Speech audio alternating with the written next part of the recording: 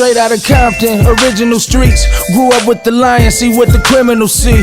Now he a giant and a pivotal key. Got it down to a science, this the visual streets. He came up with Bullet, he came up with Turtle. Live life to the fullest, he put it all in the journal. We dodging them bullets, we jumping them hurdles. It's the Hood Postman, we in the streets universal. Hood Postman, Professor Bellingham. This is not a glorification or a glamorization. This is an education. You can go anywhere in the world and get a couple of lives, but you come right here to get the truth. Be sure to click the notification bell, like, subscribe, share, drop a comment down below. So when the dope content hit, it'll feel like it's the first and 15th. Lock the door.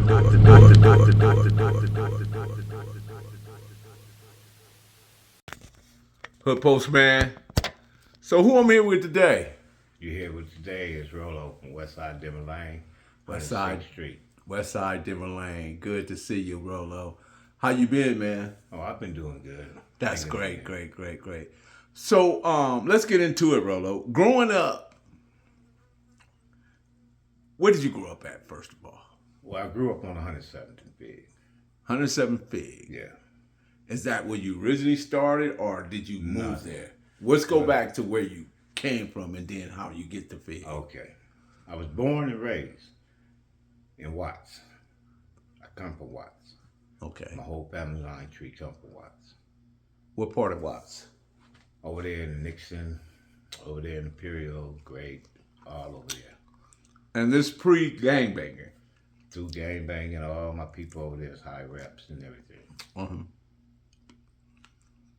And then after that, moved over there in 1969. I was around about 4, 5. Then went to Figueroa Elementary School, got kicked out of there. Then I went to some little daycare in, I want to say, it's on the other side of Watts. What's that? Where the Mexicans at? Well, anyway, then I came back to Figueroa, got kicked out of there, then I got busted to the white school. So, Rolo, let me ask you, how did one get kicked out of elementary?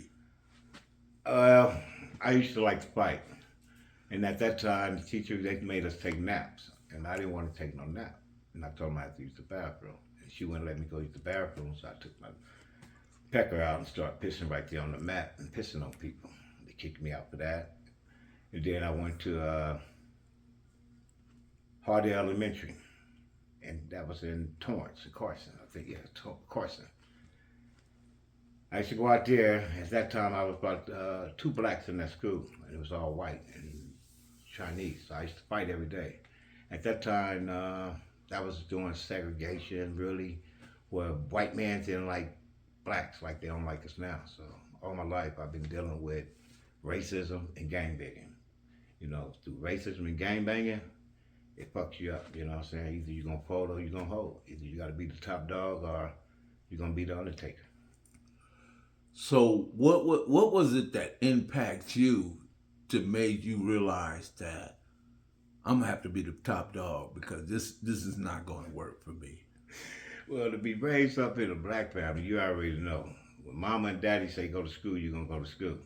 So one day I was going to school. I think I was in 5th grade. And I had to go on 107th and Hoover and catch the bus by the Lee's Market. And there was a older 107 Hoover Crip. I had to be at least around about 9 or 10, and he had to be like about 18 or 20. He had a 2x4 in his hand. That nigga hit me in the back of the head with that motherfucker. From that day when I came back from school, I promised I'd get that motherfucker. So what I did is stole my mama's car when she went to sleep, and I did what I had to do. From that day forth, I never looked back because nobody gave a fuck about no kid trying to go to school or trying to make a better life. I've been hearing that a lot of people were put in position or circumstances due to a lot of the bullying because the Crips were bullies. Early 60s, early 70s. They That's were bullies. when Moon, Strawberry, they used to come through. That's when I used to see the big homies. AJ, Boone, Bun, Liz, Paddlefoot, rest in peace. That's the big homie. You know what I'm saying? Those are the big homie Dimmer Lanes? Big homie Dimmer Lane. You know what I'm saying? They used to come through. They used to be out there. It used to be a big That's a shootout. cold name, Powderfoot. Paddlefoot? Yeah. Ooh. Boy, it was cold, man. He was a cold cat. You know Why what they I'm call saying? him that? He had big long feet and he was loud, real loud. And the motherfucker know how to kick the shit out of you and use his 12 gauge real good. You know what I'm saying? Paddlefoot. Paddle. Paddlefoot. Okay. OG Paddlefoot. That's 106th Street. You know what I'm saying? And then one day we was out there playing football. And it was funny because we accepted Bieber. Bieber was from 7-4, but he stayed on 103rd in Denver. But he used to come down there and play with us. But Bieber was a lookout man. By then, you know, we little kids. We didn't know what was going on. So when Bieber would get through playing football, he'll go get Tookie, Jamel, and Moo there and tell them where the other homies is at. And one day AJ was coming from the store. That's the big homie AJ, which is sad, who rests in peace right now. That's his dad. He was coming down the block, and that's when it was Tookie and Jamil? Tookie and that fool I just told you. Jamil. Not the young nigga that played with us. Oh, the guy that was the lookout. Yeah, the lookout guy. He went and got the motherfuckers. And then that's when they shot AJ, and AJ fell, and AJ, you know, he was getting ready to go to pro football at the same time. So, you know, we had a lot of pro football players over there, even me. I went to University of District of Columbia, but I gave it up because of the snow, you know what I'm saying? Yeah, it's a lot of snow in Man, Columbia. when you get snowed in for 6 months. In Columbus, Ohio? You snowed in for 6 months until your motherfucking head director run off with your checks and all the athlete checks. All you can do is just rob and steal, homie, and just come on home, back to California. That's why I didn't go back to my motherfucker. You know what I'm saying? But to get back on the situation, what I was talking about, B is his name. See, Beaver the one that came back with Jamel them, took in Jamel them the bus on the big homie.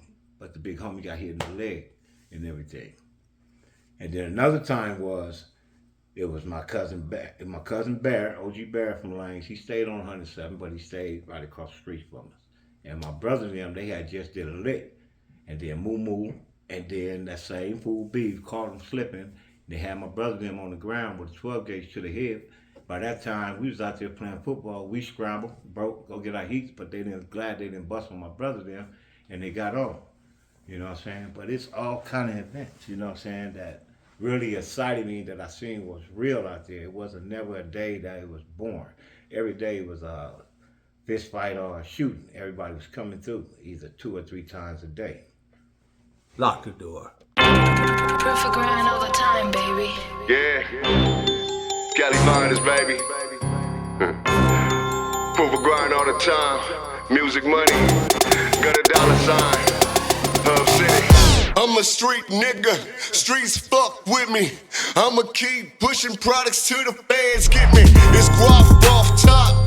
Diamond Cartier. That nigga Wall won't give a pro bitch the time of day. They see me climbing. They see me shining. That's hard work. Proof of grinding. New money got me tipping in that 550. Ali, bad man, and I'm so pretty. I got that tech with me. That's my hater sprayer. Go big, grind now, nigga, play later. What can I say? I'm addicted to this paper stacking. And I don't talk about it. I just make it happen.